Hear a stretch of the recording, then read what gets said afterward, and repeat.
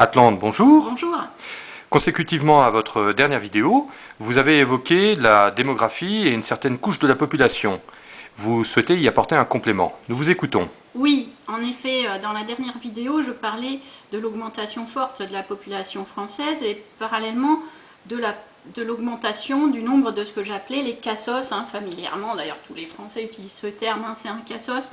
Alors, une précision sur ces fameux cas sociaux, donc une frange de la population, on va dire à la base des strates sociales. Un cassos, pour moi, c'est pas forcément quelqu'un qui est pauvre, enfin plutôt l'inverse. Un pauvre n'est pas automatiquement un cassos. Donc juste pour replacer dans le contexte, il ne s'agit pas ici de montrer du doigt des pauvres qui n'auraient pas réussi, etc. C'est pas du tout le propos. D'ailleurs, il n'y a pas de, je n'émets pas ici de jugement de valeur. De jugement de valeur, exactement. Voilà, c'est pas la question. La question, c'est plutôt quel est l'intérêt d'expliquer ça, l'augmentation de la population, et en plus que proportion de ces fameux cassos. C'est parce que politiquement, il faut vraiment intégrer cette notion.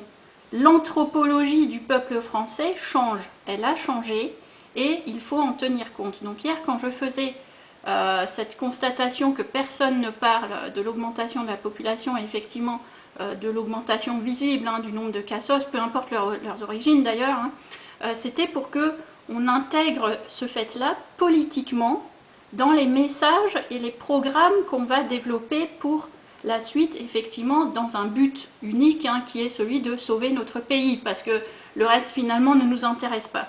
Donc anthropologiquement, il faut intégrer ce fait-là.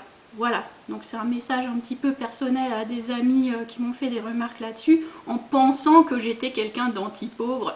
C'est pas du tout le propos, on ne pointe personne du doigt, et puis surtout, moi personnellement, le niveau de revenu des gens n'est pas une estimation de leur valeur propre, et humaine en tout cas, donc ça m'intéresse pas du tout. Par contre, les cas sociaux, en fait, que sont-ils effectivement? Autrefois, on avait besoin, on va dire, du lumpenprolétariat, ce qu'on appelait soit pour la guerre, soit pour les usines.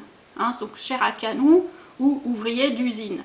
Aujourd'hui, on ne fait plus la guerre, du moins plus de la même manière qu'il y a 100 ans, et il n'y a plus d'usines, ou plus assez en tout cas pour donner du travail à tout le monde, et en l'occurrence à tous les ouvriers, ou personnes qui auraient pu être ouvrières et donc travailler dans les usines. Donc, justement, cette masse de cas sociaux, quand je pointe le fait qu'il y a la moitié qui travaille, qui paye pour l'autre moitié qui ne travaille pas, c'est un état de fait, c'est un constat, c'est pas un jugement de valeur, sauf évidemment derrière tout ça, moi j'y vois une certaine injustice, mais en tout cas la source première, ce sont les politiques menées depuis 30 ans, ce sont les politiques dictées par l'Union européenne, et c'est la désindustrialisation dramatique de notre pays. Voilà, donc c'est vraiment, il faut recentrer les choses là-dessus. Par ailleurs, donc les cas sociaux, donc cette nouvelle catégorie humaine en France, qui vit principalement dans les banlieues, en périphérie, voilà, ce que je voulais dire quand même, c'est que ces gens-là ne véhiculent pas les valeurs françaises traditionnelles. Ces gens-là, donc, non plus de religion, bon ça on va dire, c'est un autre débat, on peut dire on s'en fiche, ça c'est quelque chose à discuter un jour. Ce sont des gens qui n'ont pas de vocabulaire, qui s'expriment très très mal en français, donc ils ne savent pas apprendre à leurs enfants à s'exprimer correctement. D'ailleurs pour la plupart quand vous les écoutez, ils chuintent, ils ne savent pas, par exemple nous on va dire déjeuner, eux ils vont dire déjeuner, voilà des choses comme ça va vous faire sourire peut-être, mais c'est la vérité, ils s'expriment très très mal en français, et d'ailleurs c'est pour ça que la plupart du temps ils ne passent pas les entretiens d'embauche, parce qu'ils donnent une mauvaise image des entreprises. Donc quand ils travaillent en fait, où travaillent-ils finalement? Dans les entreprises américaines principalement. Voilà, donc chez McDo, au mieux ils vont être au drive-in, ils vont vous servir au drive-in chez McDo, et encore, et encore. Donc voilà à quoi ils sont destinés professionnellement. Donc effectivement ils s'expriment mal en français, ils n'ont pas les valeurs françaises, ils ne cuisinent pas français, ils sont incapables de faire, je sais pas moi, une côte d'agneau ou des choses typiquement française, hein. Ce sont des gens qui vont acheter des plats tout faits, qui vont manger des frites et de manière complètement mauvaise pour la santé. En tout cas, ce sont les gens qui vont fréquenter les McDo, les chaînes américaines, hein.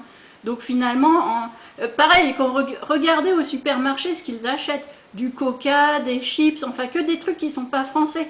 Donc je voulais dire quand même d'un point de vue économique, hein, macroéconomique, comme je disais hier, ces gens-là, ces cassos, c'est pas eux qui seront les futurs consommateurs des produits made in France. Donc là, il y a toute une rééducation à faire à la base pour que ces gens-là redeviennent français, parce que d'ores et déjà, en fait, ils ne le sont plus, et d'un point de vue économique, ils sont avant tout parasitaires, c'est-à-dire ils coûtent beaucoup d'argent, mais ils ne rapportent rien à la société, au contraire, ils servent les intérêts étrangers. Voilà.